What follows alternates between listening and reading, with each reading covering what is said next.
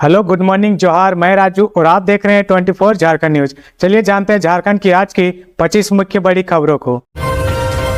पंचतत्व में विलीन हुए दिसोम गुरु राजकीय सम्मान के साथ दी गई अंतिम विदाई। झारखंड के पुरोधा दिसोम गुरु शिबू सोरेन पंचतत्व में विलीन हो गए। राजकीय सम्मान के साथ उनका अंतिम संस्कार किया गया। हेमंत सोरेन ने पिता शिबू सोरेन को मुखाग्नि दी। दिसोम गुरु की अंतिम विदाई में हर किसी की आंखें नम थीं।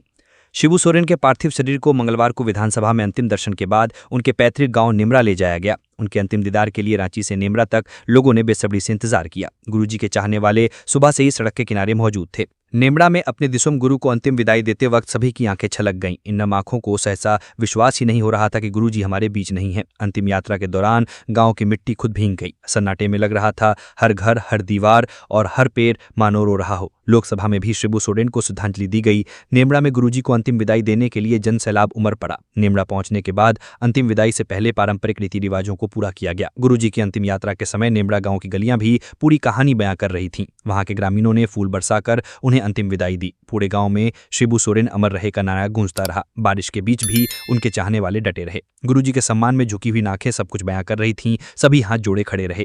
किसी के पास शब्द नहीं थे, सिर्फ भाव झलक रहे थे। झारखंड की आत्मा पगडंडियों से होकर विदा हुई। आंसुओं की धुंध में गुरुजी ओझल होते हुए दिख रहे थे। गुरुजी के अंतिम संस्कार में देश के दिग्गज नेता शामिल हुए। लोकसभा में नेता प्रतिपक्ष राहुल गांधी और कांग्रेस के राष्ट्रीय अध्यक्ष मल्लिकार्जुन खड़गे रांची एयरपोर्ट से सड़क मार्ग से निमड़ा पहुंचे। इसके अलावा केंद्रीय मंत्री जुएल ओराम, अन्नपूर्णा देवी, टीएमसी सांसद डेरेक ओब्रायन और सांसद पप्पू यादव के अलावा अर्जुन मुंडा, सुदेश महतो, डीजीपी अनुराग गुप्ता सहित झारखंड के मंत्री विधायक से लेकर कई गणमान्य लोग शामिल हुए।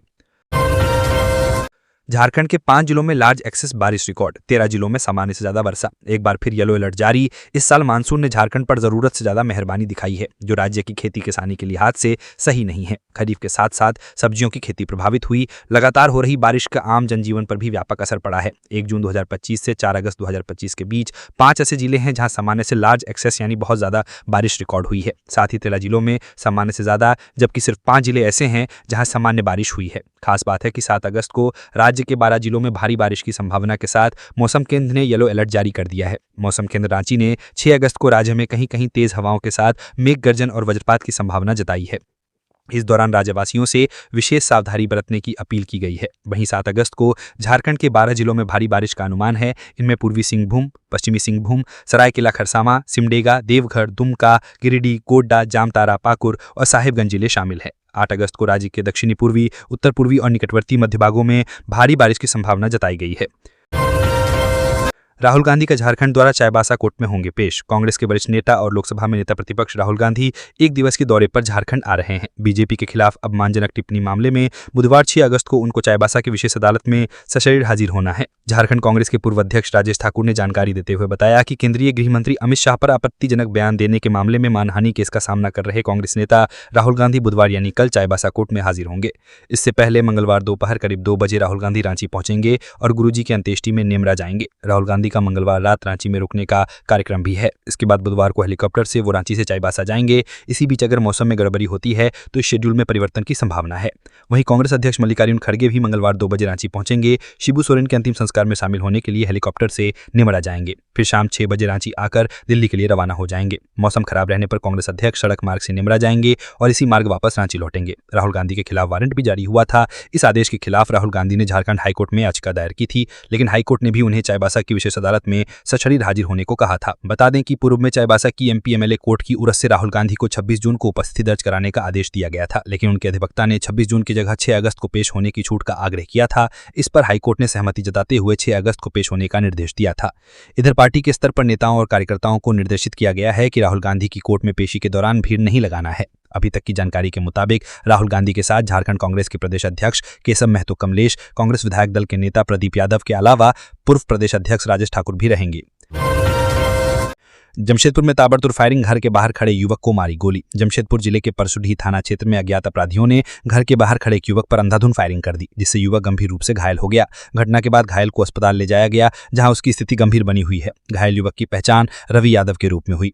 मिली जानकारी के अनुसार परसुडीह थाना अंतर्गत किताड़ी गवाला पट्टी स्थित राजू बगान इलाके स्थित अज्ञात अपराधियों ने एक युवक पर ताबड़तोड़ फायरिंग कर दी। गोलीबारी की इस घटना में युवक गंभीर रूप से घायल हो गया। घटना के दौरान वो घर के बाहर खड़ा था। घटना को अंजाम देने के बाद हमलावर मौके से फरार हो गए। इधर गोली की आवाज सुनकर स्थानीय लोग मौके पर पहुंचे और घायल रवि को तुरंत सदर अस्पताल ले जाया गया, जहां डॉक्टर ने उसकी गंभीर स्थिति को देखते हुए टीएमएच अस्पताल रेफर कर दिया। घटना के बाद इलाके में दहशत का माहौल है। इधर घटना की सूचना मिलते ही पुलिस मौके पर पहुंची और जांच शुरू कर दी। आशंका जताई जा रही है कि हमलावरों ने घटना को अंजाम देने से पहले रेकी की थी। मामले में डीएसपी लॉ एंड ऑर्डर टॉकीर आलम ने बताया कि यह हमला आपसी रंजिश या पुरानी रंजिश के चलते किया गया है। पुलिस को कई सुराग मिले हैं, साथ ही मौके से खोखा भी बरामद किया गया है। अपराधियों की गिरफ्तारी के लिए छापेमारी की जा रही है। रामगढ़ के निमला जाते समय रजरप्पा में रुके तेजस्वी यादव, कार्यकर्ताओं ने किया स्वागत। बिहार के पूर्व उप मुख्यमंत्री राजद नेता तेजस्वी यादव मंगलवार को निमला जाने के क्रम में कुछ देर के लिए रजरप्पा में रुके। यहां सीसीएल रजरप्पा प्रोजेक्ट के वीआईपी गेस्ट हाउस में उन्होंने थोड़ा विश्राम किया। सीसीएल रजरप्पा के जीएम कल्याणजी प्रसाद और राजद नेताओं ने उनका स्वागत किया। तेजस्वी यादव दिसोंग गुरु शिबू सोरेन के अंतिम संस्कार में भाग लेने गोला के निमरा जा रहे थे। भोजन करने के बाद वो निमरा के लिए रवाना हो गए। मौके पर राजद के झारखंड प्रदेश अध्यक्ष संजय सिंह यादव, श्रम नियोजन मंत्री संजय प्रसाद यादव, पार्टी के झारखंड प्रभारी जयप्रकाश नारायण यादव, पूर्व मंत्री सत्यानंद भोक्ता, प्रदेश उपाध्यक्ष गिद्धारी गोप, संतोष यादव, अनिता यादव, सुनील यादव, असगर अंसारी, अजय कुमार सहित बड़ी संख्या में राजद कार्यकर्ता मौजूद थे। जल्द बुलाया जाएगा विधानसभा का मानसून सत्र। विश्व आदिवासी दिवस पर कार्यक्रम सीमित होगा। झारखंड विधानसभा का मानसून सत्र जल्द बुलाया जाएगा। उल्लेखनीय है कि दिशोम गुरु शिबू सोरेन के निधन के कारण 1 अगस्त से प्रारंभ हुए झारखंड विधानसभा के मानसून सत्र को दूसरे दिन 4 अगस्त को अनिश्चित काल के लिए स्थगित कर दिया गया है। सरकार के आधिकारिक सूत्रों के अनुसार मानसून सत्र का अभी सत्रावसान नहीं किया गया है। सत्रावसान नहीं होने पर विधानसभा अध्यक्ष को कभी भी सत्र बुलाने का अधिकार होता है, इसलिए वो कभी भी सत्र बुला सकते हैं और कार्यमंत्रणा समिति की बैठक कर विधायी प्रक्रिया की रूपरेखा तय कर सकते हैं। सूत्रों के अनुसार गुरुजी के निधन से उत्पन्न असहज स्थिति से मुख्यमंत्री के उभरते ही जल्द मानसून सत्र के फिर से बुलाए जाने का निर्णय लिया जाएगा। ज्यादा संभावना है कि 15 अगस्त के बाद संभवतः 19 अगस्त से मानसून सत्र को बुलाया जा सकता है। सूत्रों की 4 अगस्त सोमवार से 7 अगस्त गुरुवार तक मानसून सत्र की कार्यवाही नहीं हो सकी है, इसलिए 4 दिन की कार्यवाही फिर से 18 से 21 अगस्त तक हो सकती है। मानसून सत्र बुलाना सरकार के लिए अति आवश्यक बताया गया है, क्योंकि अनुपूरक बजट को सरकार पास नहीं करा सकी है। साथ ही सरकार का कोई भी विधायी कार्य नहीं हो सका है। किसी भी विधेयक को सरकार सदन से पारित नहीं करा सकी है। इधर गुरुजी के निधन के कारण विश्व आदिवासी दिवस के अवसर पर 9-11 अगस्त तक प्रस्तावित आदिवासी महोत्सव को स्थगित कर दिया गया है। मोरहाबादी मैदान में खड़े किए जा रहे पंडाल और तैयारियों को स्थगित कर दिया गया है। मोरहाबादी मैदान में बन रहे पंडाल को अब खोला जा रहा है। आधिकारिक सूत्रों के अनुसार अब विश्व आदिवासी दिवस पर 9 अगस्त को 2-3 घंटे का सीमित कार्यक्रम होगा। कोई रंगारंग कार्यक्रम नहीं होगा। 2-3 घंटे के सीमित कार्यक्रम के माध्यम से विश्व आदिवासी दिवस की औपचारिकता पूरी की जाएगी। विश्व आदिवासी दिवस को लेकर अब होने वाले कार्यक्रम की रूपरेखा भी मुख्यमंत्री के थोड़ा स्थिर होते ही तय कर ली जाएगी। देवघर के सारठ में 9 लाभुकों को मिला पीएम जीवन ज्योति योजना का लाभ। देवघर जिले के सारठ के 9 लाभुकों को प्रधानमंत्री जीवन ज्योति योजना का लाभ दिया गया। State bank of India Sarath शाखा ने सोमवार को लाभुकों को 2-2 लाख रुपए का चेक सौंपा। इस मौके पर शाखा प्रबंधक ने लोगों को सरकारी योजनाओं की जानकारी देते हुए कहा कि ग्राहकों को बेहतर सेवा देना बैंक का कर्तव्य है। लाभुकों में गोविंद पंडित, आशा दिव्या, पाटन बीबी, महादेव राणा, असलम मिर्जा, रतन मिर्धा, अनीशा कुमारी, शुभम कुमार राणा, मैनेजर मंडल व शाहिदा खातून शामिल हैं। धनबाद में रंगदारी नहीं देने पर फल दुकानदार और उसके भाई पर जानलेवा हमला केस दर्ज। धनबाद के बैंक मोड़ थाना क्षेत्र में रंगदारी मांगने का विरोध करने पर फल दुकानदार और उसके भाई पर चाकू व रॉड से जानलेवा हमला किया गया। दोनों गंभीर रूप से घायल हो गए। घटना सोमवार रात की है। पीड़ित मोहम्मद जसीम खान ने बैंक मोड़ थाना में इसकी लिखित शिकायत की है। घटना की जानकारी मिलते ही स्थानीय दुकानदारों में आक्रोश फैल गया। दुकानदारों ने मंगलवार को सड़क पर उतरकर विरोध प्रदर्शन किया। आरोपियों की अविलंब गिरफ्तारी की मांग की। प्रदर्शन की सूचना मिलते ही पुलिस मौके पर पहुंची और दुकानदारों को दोषियों पर कार्रवाई का भरोसा दिलाया। पीड़ित जसीम खान ने बताया कि सोमवार रात उनके पिता ने फोन कर सूचना दी कि दुकान पर कुछ लोग गाली गलौज और हंगामा कर रहे हैं। जब वो मौके पर पहुंचा तो वहां जुमन कुरैशी, मोंटी कुरैशी व मोहम्मद अकबर अंसारी ने 10,000 रुपए मासिक रंगदारी की मांग की। इनकार करने पर आरोपियों ने उन पर चाकू और रॉड से हमला कर दिया। बीच बचाव करने पहुंचे छोटे भाई मोहम्मद परवेज खान पर भी रॉड व चाकू से वार किया गया। उनके सिर में गंभीर चोटें आई हैं। जसीम ने कहा उसके बाएं हाथ में भी चाकू लगने से गहरी चोट आई है। स्थानीय दुकानदार मोहम्मद राज ने कहा कि आरोपी सब्जी पट्टी में नियमित रूप से 15 से 2000 रुपए तक जबरन वसूली करते हैं। विरोध करने पर दुकानदारों के साथ मारपीट और लूटपाट भी की जाती है। डर से वे लोग चुप रहते हैं। इधर बैंक मोड़ थाना प्रभारी प्रवीण कुमार ने बताया कि मामला आपसी मारपीट का प्रतीत होता है। हालांकि आवेदन के आधार पर आरोपियों के खिलाफ प्राथमिकी दर्ज कर ली गई है। पुलिस मामले की गंभीरता से जांच कर रही है। रिम्स की जर्जर पुरानी बिल्डिंग में बड़ा हादसा कभी भी संभव, फॉल्स सीलिंग टूटकर गिरी। रिम्स की पुरानी बिल्डिंग की हालत दिनों दिन खस्ताहाल होती जा रही है। भवन की जर्जर स्थिति के चलते किसी बड़े हादसे की आशंका से इनकार नहीं किया जा सकता, लेकिन इसके बावजूद अब तक न तो राज्य सरकार और न ही स्वास्थ्य विभाग की ओर से कोई ठोस कदम उठाया गया है। रिम्स प्रबंधन ने कई बार पत्राचार कर भवन की मरम्मत और पुनर्निर्माण की मांग की है, परंतु अभी तक इस दिशा में कोई ठोस कार्रवाई नहीं हो सकी है। स्थिति इतनी गंभीर हो चुकी है कि विभिन्न वार्डों में छज्जे, प्लास्टर और यहां तक कि फॉल सीलिंग तक टूटकर गिरने लगी है। सोमवार सुबह पेइंग वार्ड और न्यूरो वार्ड में फॉल सीलिंग गिरने की घटना ने एक बार फिर से सिस्टम की उदासीनता को उजागर कर दिया। जिस स्थान पर फॉल सीलिंग गिरी वहां से कुछ ही दूरी पर मरीज इलाजरत थे। इससे पहले भी लगभग 1 माह पूर्व न्यूरो सर्जरी विभाग के सामने सीढ़ियों के ऊपर का बड़ा हिस्सा अचानक गिर गया था, जिसमें कई लोग बाल बाल बचे थे। इस संबंध में निदेशक डॉक्टर राजकुमार में संबंधित विभाग को औपचारिक पत्र भेजकर स्थिति की गंभीरता से अवगत भी कराया था, लेकिन अब तक कोई ठोस कार्यवाही शुरू नहीं हुई है। रिम्स के रीडेवलपमेंट प्लान के अंतर्गत निदेशक ने स्वास्थ्य मंत्री और विभागीय सचिव से आग्रह किया है कि इंडोर भवनों की मरम्मत कार्य को प्राथमिकता पर जल्द शुरू किया जाए। पुराने भवन की संरचना बेहद कमजोर हो चुकी है। कई जगहों पर छज्जे घिर चुके हैं तो कुछ हिस्से खतरनाक रूप से लटक रहे हैं। दीवारों से प्लास्टर उखड़ रहा है, जगह जगह सीलन दिखाई दे रही है और सीढ़ियों की रेलिंग तक ढीली होकर गिरने की स्थिति में पहुंच चुकी है। पूरी इमारत अब बेहद जर्जर अवस्था में है, जहां इलाज के लिए आने वाले मरीज और उनके परिजन लगातार खतरे के साए में रहते हैं। इसके बावजूद मरम्मत अथवा पुनर्निर्माण को लेकर कोई ठोस कार्ययोजना अब तक अमल में नहीं लाई गई है। मशरूम चुनने गई मां, बेटी और नतनी नाले में डूबी, तीनों की मौत। पलामू जिले में एक बड़ा दर्दनाक हादसा हो गया। जिले के मोहम्मदगंज थाना क्षेत्र के घोड़बंधा नाला में डूबने से मां, बेटी और नतनी तीनों की मौत हो गई। घटना रविवार की सुबह का बताया जा रहा है, जब वे तीनों करीब 10 बजे की सुबह जंगली मशरूम चुनने के लिए जंगल गए हुए थे, लेकिन जब वे वापस नहीं लौटे तब परिजनों ने खोजबीन शुरू कर दी। वहीं मंगलवार को भी पूरे इलाके में तीनों की तलाश की गई, लेकिन तीनों को नहीं ढूंढा जा सका, जिसके बाद मंगलवार की सुबह तीनों के शवों को मोहम्मदगंज थाना क्षेत्र के गौराहा डैम से बरामद किया गया। ग्रामीणों ने बताया कि जंगल जाने के दौरान बीच रास्ते में एक नाला पार करना होता है। बारिश में पानी ज्यादा होने के कारण तीनों नाले में बह गए और गौराहा डैम में डूब गए। मृतकों की पहचान मोहम्मदगंज के बटुआ गांव के 52 वर्षीय शांति कुमार, वहीं रोहतास जिले के भरत कासवा गांव की अंजलि कुमारी और काजल कुमारी के रूप में की गई है। भैरव सिंह जमानत याचिका पर 8 अगस्त को होगी सुनवाई। इस मामले में गए हैं जेल। पार्किंग ठेकेदारी को लेकर हुए विवाद और मारपीट की घटना में गिरफ्तार भाजपा समर्थक एवं हिंदूवादी नेता भैरव सिंह की जमानत याचिका पर 8 अगस्त को सुनवाई होगी। यह सुनवाई रांची सिविल कोर्ट में अपर न्यायायुक्त की अदालत में निर्धारित की गई है। गौरतलब है कि रांची पुलिस ने भैरव सिंह को 19 जुलाई को चुटिया थाना क्षेत्र के सुजाता चौक स्थित बिग बाजार इलाके में हुई घटना के सिलसिले में गिरफ्तार किया था। गिरफ्तारी के बाद उन्हें न्यायालय में पेश किया गया, जहां से उन्हें न्यायिक हिरासत में भेज दिया गया था। इससे पहले भैरव सिंह ने मजिस्ट्रेट कोर्ट में जमानत की याचिका दाखिल की थी, जिसे अदालत ने खारिज कर दिया था। अब उन्होंने पुनः सिविल कोर्ट में जमानत के लिए याचिका दाखिल की है, जिस पर आगामी 8 अगस्त को सुनवाई होगी। गौरतलब है कि यह मामला चुटिया थाना क्षेत्र में दर्ज किया गया है। पुलिस जांच में भैरव सिंह की उक्त घटना में संलिप्तता सामने आने के बाद उनकी गिरफ्तारी की गई थी। बताया गया कि पार्किंग ठेकेदारी को लेकर विवाद के दौरान सड़क पर मारपीट हुई, जिसमें भैरव सिंह की भूमिका पाई गई थी।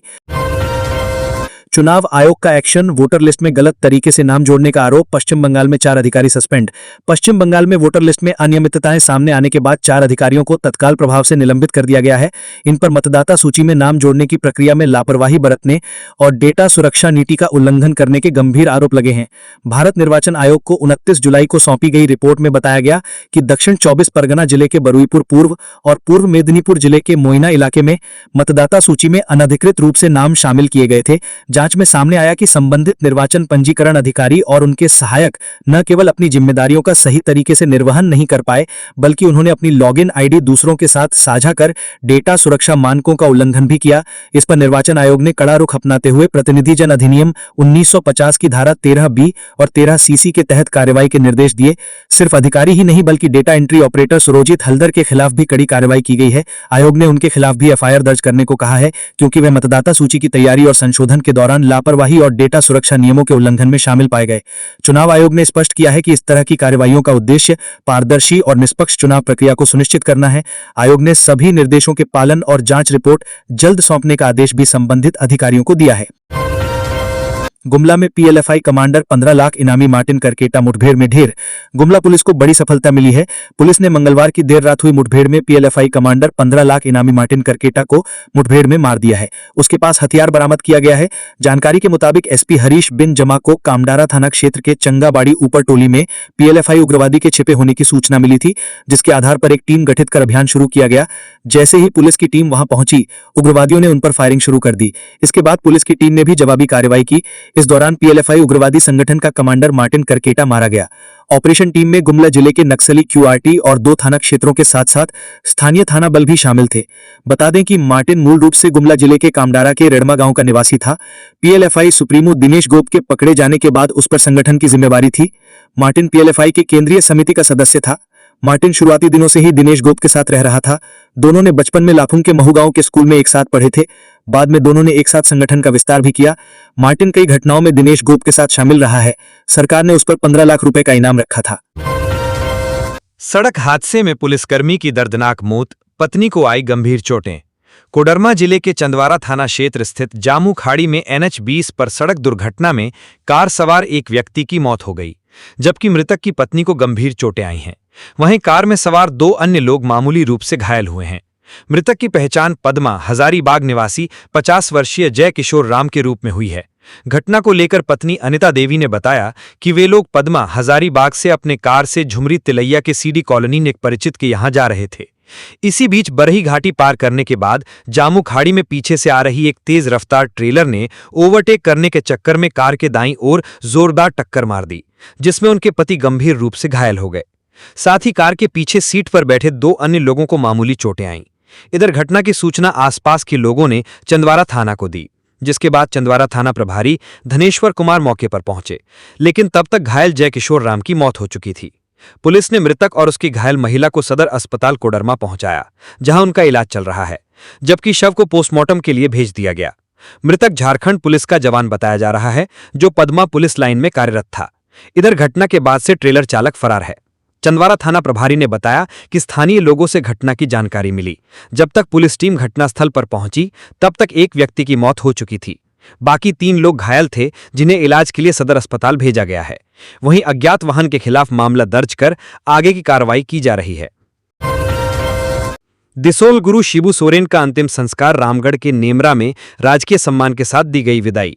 झारखंड के पूर्व मुख्यमंत्री और झारखंड मुक्ति मोर्चा के संस्थापक शिबू सोरेन, जिन्हें दुसोम गुरु कहा जाता था, मंगलवार को अपने पैतृक गांव नेमरा में पंचतत्व में विलीन हो गए। सीएम हेमंत सोरेन ने उन्हें मुखाग्नि दी। इस दौरान उनके छोटे भाई बसंत सोरेन और परिवार के बाकी लोग भी मौजूद रहे। 81 वर्षीय शिबू सोरेन का सोमवार 4 अगस्त को दिल्ली के सर गंगाराम अस्पताल में निधन हो गया था। उनके अंतिम संस्कार में राजकीय सम्मान के साथ हजारों लोग शामिल हुए, जिन्होंने नम आंखों से अपने प्रिय नेता को अंतिम जोहार अर्पित किया। शिबू सोरेन के निधन के बाद दिल्ली में राष्ट्रपति द्रौपदी मुर्मू, प्रधानमंत्री नरेंद्र मोदी सहित कई प्रमुख हस्तियों ने उन्हें श्रद्धांजलि दी। सोमवार शाम को उनका पार्थिव शरीर विशेष विमान से रांची के बिरसा मुंडा हवाई अड्डे पहुंचा, जहां उनके अंतिम दर्शन के लिए भारी भीड़ उमड़ पड़ी। इसके बाद उनका पार्थिव शरीर रांची के मोरहाबादी स्थित उनके आवास पर ले जाया गया। मंगलवार सुबह शिबू सोरेन का पार्थिव शरीर झारखंड विधानसभा लाया गया, जहां विधानसभा अध्यक्ष मुख्यमंत्री हेमंत सोरेन और अन्य नेताओं ने उन्हें श्रद्धांजलि अर्पित की। इसके बाद उनकी अंतिम यात्रा नेमरा के लिए रवाना हुई। रास्ते में सड़कों पर खड़े लोगों ने अपने जननायक को नम आंखों से विदाई दी। नेमरा गांव में शिबू सोरेन के अंतिम संस्कार के लिए हजारों लोग एकत्र हुए। शमशान घाट पर राजकीय सम्मान के साथ उनकी अंतिम विदाई की गई। उनके समर्थकों, स्थानीय लोगों और झामुमो कार्यकर्ताओं ने दिसोम गुरु अमर रहे के नारों के साथ उन्हें जोहार अर्पित किया। इस दौरान माहौल गमगीन रहा और कई लोग अपने प्रिय नेता के निधन से भावुक नजर आए। हाईकोर्ट ने कहा, पेसा कानून 6 सितंबर तक लागू करें या सचिव कोर्ट में पेश होकर स्पष्टीकरण दें।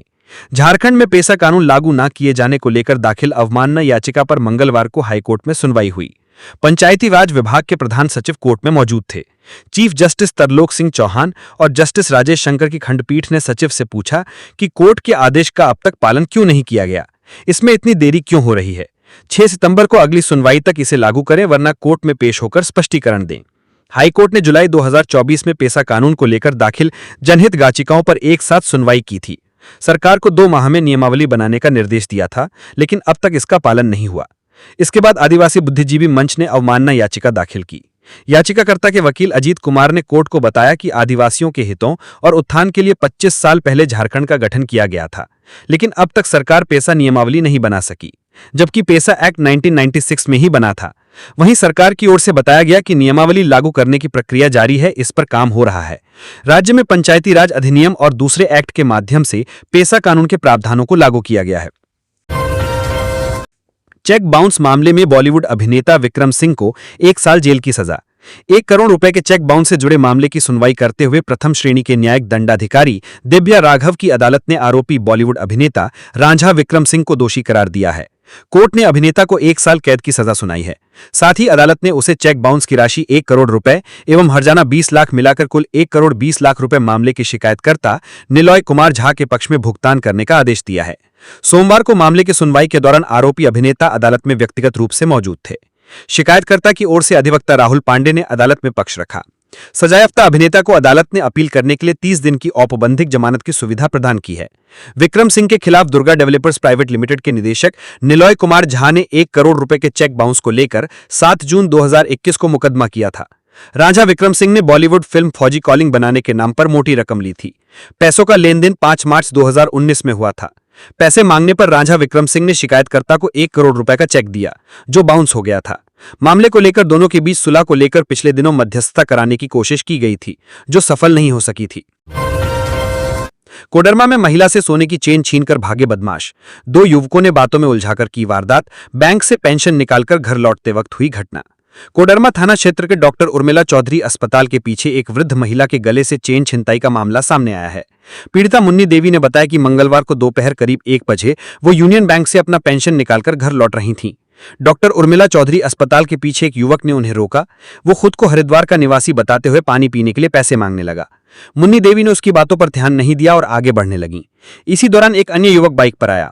पहला युवक उस बाइक पर बैठ गया और मौका देखकर मुन्नी देवी के गले से सोने की चेन खींचकर दोनों फरार हो गए। महिला के शोर मचाने पर आसपास के लोग इकट्ठा हुए, लेकिन तब तक दोनों आरोपी भाग चुके थे। पीड़िता के पुत्र बबलू सिंह ने बताया कि चोरी हुई चेन लगभग 10 ग्राम की थी, जिसकी कीमत लगभग 1 लाख रुपए है। इस घटना के बाद से मोहल्ले में भय का माहौल है। घटना की सूचना मिलने पर कोडरमा थाना प्रभारी मौके पर पहुंचे। पुलिस आसपास लगे सीसीटीवी कैमरों की फुटेज खंगालकर आरोपियों की पहचान करने में जुटी है।